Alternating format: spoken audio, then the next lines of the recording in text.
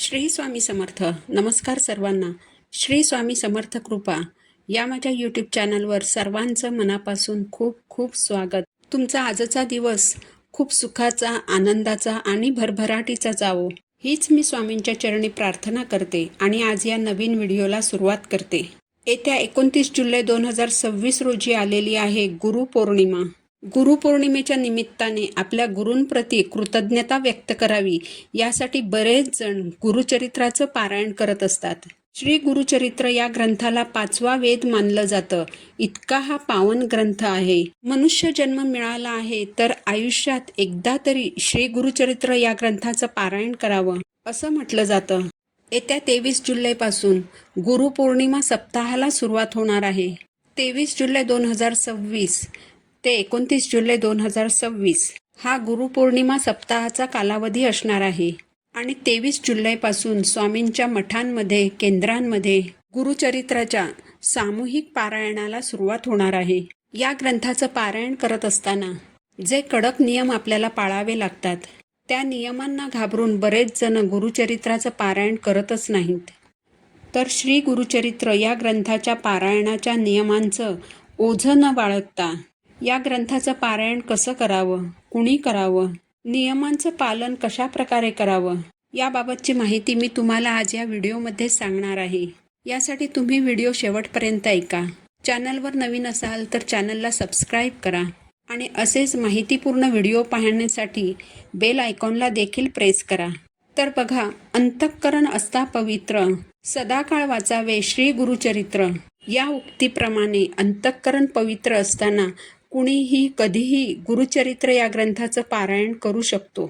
जर तुम्हाला शक्य झालं तर स्वामींच्या मठांमध्ये, केंद्रांमध्ये गुरुचरित्राचं जे सामूहिकरित्या पारायण होतं त्या पारायणात तुम्ही आवर्जून सहभागी व्हा.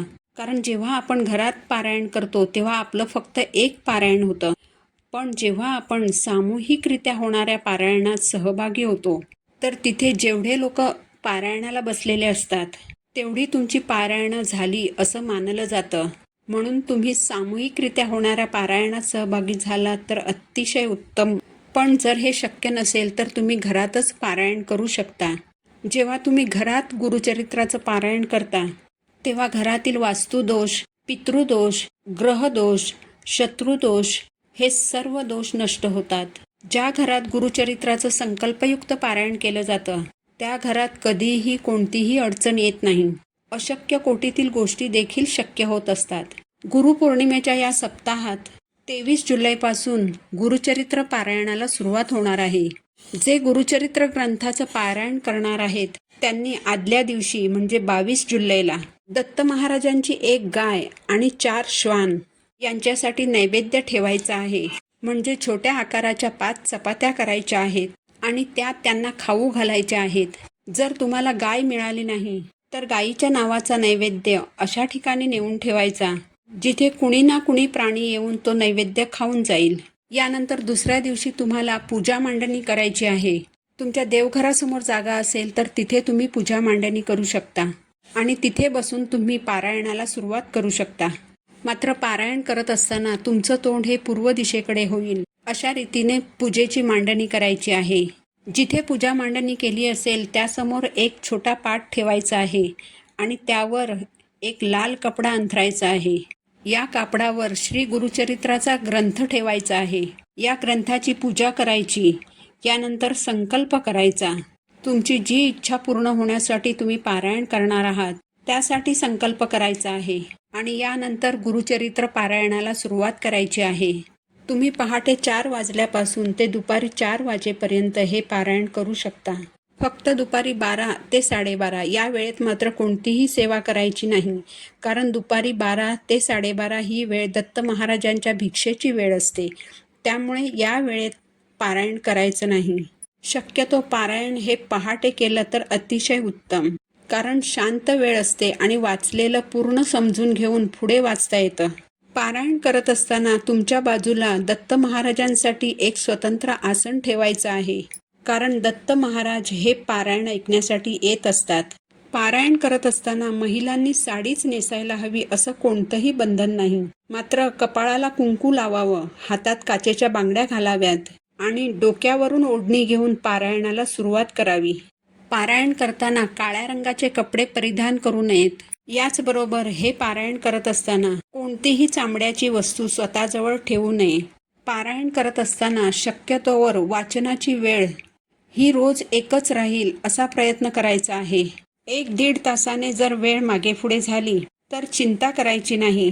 कारण पारायण करताना एका दिवशी जेवढे अध्याय वाचायचे असतात तेवढे अध्याय एकाच बैठकीत वाचून पूर्ण करण्याचा प्रयत्न करावा.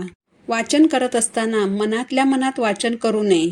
स्वतःला ऐकू येईल इतपत मोठ्याने वाचन करायचं आहे.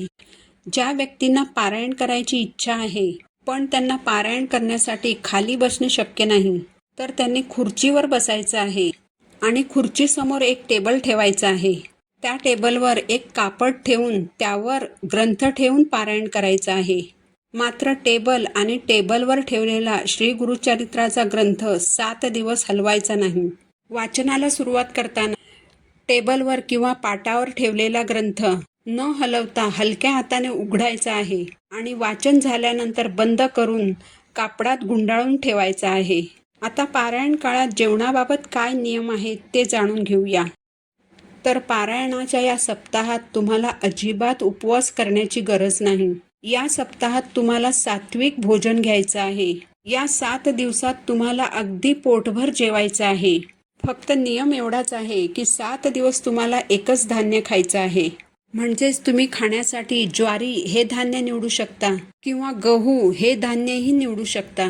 जर ज्वारी हे धान्य तुम्ही खाण्यासाठी निवडलं तर ज्वारीपासून जे जे सात्विक पदार्थ बनतात 7 दिवस ते पदार्थ तुम्हाला खायचे आहेत. आणि गहू हे धान्य जर तुम्ही खाण्यासाठी निवडलं तर गव्हापासून जे सात्विक पदार्थ बनतात ते पदार्थ तुम्ही 7 दिवस खाऊ शकता. जसं की तुम्ही गव्हाची लापशी खाऊ शकता, गव्हाचा शिरा खाऊ शकता, खीर बनवून खाऊ शकता, गव्हाची चपाती खाऊ शकता. हे सर्वच सात्विक पदार्थ आहेत. पारायण काळात तुम्हाला कडधान्य खायची नाहीत, मोड आलेली धान्य खायची नाहीत, डाळी खायच्या नाहीत, तांदूळ अजिबात खायचा नाही.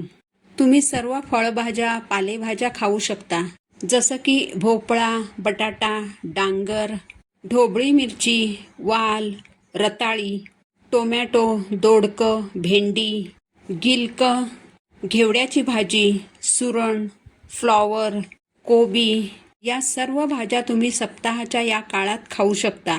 फक्त मेथी, पालक, शेपू या भाज्या शक्यतो टाळायच्या आहेत, कारण या भाज्या खाल्ल्यामुळे ॲसिडिटी होते. याचबरोबर काकडी, लाल माठ, जिरं, कोथिंबीर, कढीपत्ता, लाल चटणी ह्या सर्व वस्तू तुम्ही खाऊ शकता. याचबरोबर तुम्ही दूध, दही, ताक, कढी, चहा, कॉफी हे सर्व पदार्थ तुम्ही खाऊ शकता. पारायणाच्या या सप्ताहात तुम्ही सगळ्या प्रकारची फळंही खाऊ शकता. पारायणाच्या या काळात बाहेरचं काहीच खायचं नाही. जसं की biscuit, bread, toast, chocolate, ice cream, pizza, burger, samosa, ice cream यातलं काहीही खायचं नाही. जे जेवण तुम्ही घरात बनवणार आहात त्यातही कांदा लसूण अजिबात वापरायचा नाही. कांदा लसूण न घालता तुम्हाला जेवण बनवायचं आहे. पारायणाच्या या सप्ताहात मांसाहार कडकडीत बंद करायचा आहे. तसं तर आपल्या घरात जेव्हा एखादं शुभकार्य असतं तेव्हाही आपण नॉनव्हेज घरात आणत नाही. श्रावण महिन्यात अख्खा महिनाभर घरात आपण मांसाहार बनवत नाही. नवरात्रीतील 9 दिवसात देखील मांसाहार केला जात नाही. त्यामुळे गुरुचरित्र पारायणाच्या या 7 दिवसात मांसाहार न करणं ही फार कठीण गोष्ट नाही. पारायण काळात गादीवर झोपायचं नाही. तुम्ही चटईवर कितीही सतरंजा टाकू शकता आणि त्यावर झोपू शकता. परंतु ज्यांना पाठीच्या मणक्याचा त्रास आहे, ज्या वयस्कर व्यक्ती आहेत त्यांना हा नियम लागू नाही. पारायणाच्या या सप्ताहात परान्न वर्ज्य करायचं आहे. जर तुमचे पती पारायण करणार असतील तर तुम्ही बनवलेलं जेवण ते जेवू शकतात. त्यांची आई, त्यांची अविवाहित बहीण, अविवाहित मुलगी यांनी बनवलेलं जेवणसुद्धा ते जेवू शकतात. जर एखादी विवाहित महिला पारायण करणार असेल तर तिच्या पतीने, सासूबाईंनी किंवा जाऊबाईंनी बनवलेलं जेवण ती जेवू शकते. त्याचबरोबर अविवाहित नणंद असेल किंवा अविवाहित मुलगी असेल तर त्यांनी बनवलेलं जेवणही ही महिला जेवू शकते.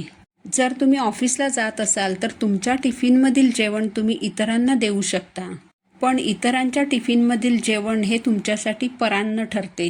तुम्ही जर हॉटेलमध्ये, मेसमध्ये किंवा कॅन्टीनमध्ये जेवत असाल तर जेवण ग्रहण करण्यापूर्वी 3 वेळा गायत्री मंत्र म्हणायचा आहे, दत्त महाराजांची क्षमा मागायची आहे आणि त्यानंतरच जेवण ग्रहण करायचं आहे. ज्या महिलांची मासिक अडचण येणार असेल त्यांनी कृपया पारायणाला सुरुवातच करू नये, कारण गुरुचरित्र या ग्रंथाचं एकदा पारायण सुरू केलं की ते अर्धवट सोडता येत नाही. ते कुणाकडून तरी पूर्ण करून घ्यावं लागतं. पारायण काळात 7 दिवस महाराजांसमोर अखंड दिवा लावायचा आहे. दिवसातून दोन्ही वेळेस महाराजांना नैवेद्य अर्पण करायचं आहे. सकाळ संध्याकाळ दोन्ही वेळेस महाराजांची आरती करायची आहे. पारायणाला सुरुवात करताना मनामध्ये कोणताही किंतु परंतु आणायचा नाही. माझ्याकडून काही होईल का, माझं काही चुकेल का, यातलं काहीही मनात आणायचं नाही. आपण जेव्हा पारायण करतो तेव्हा साक्षात दत्त महाराज पारायण ऐकण्यासाठी येत असतात. हे लक्षात ठेवून छानपैकी वाचन करायचं आहे. तुमच्या मनात पारायण करायची इच्छा आली म्हणजेच महाराजांची तुमच्यावर कृपा झालेली आहे. कारण जी व्यक्ती गुरुचरित्र या ग्रंथाचं पारायण करते ती व्यक्ती अतिशय भाग्यवान ठरते. आणि ज्या घरात गुरुचरित्राचं संकल्पयुक्त पारायण केलं जातं त्या घरात कोणत्याही अडचणी येत नाहीत.